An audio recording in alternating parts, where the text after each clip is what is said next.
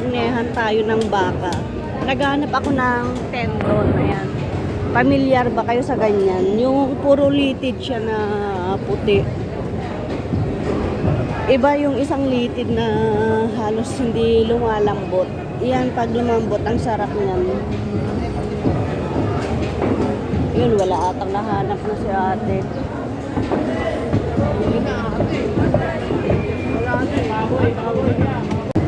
Mahirap kasi hanapin guys. Ino-order kasi yan. Yan o, yung puro litid na puti.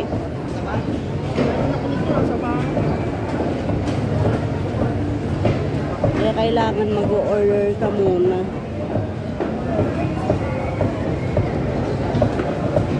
Masarap kasi yan ginagawang soup. Yung soup nito. Opo. Pinsi kayo? Pinsi ko lang. Ay, ate mo. Hanap sa kapitbahay si ate. $1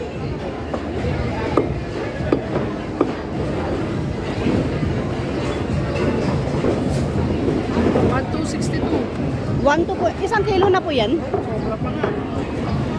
Yun, sa wakas guys, nakahanap din.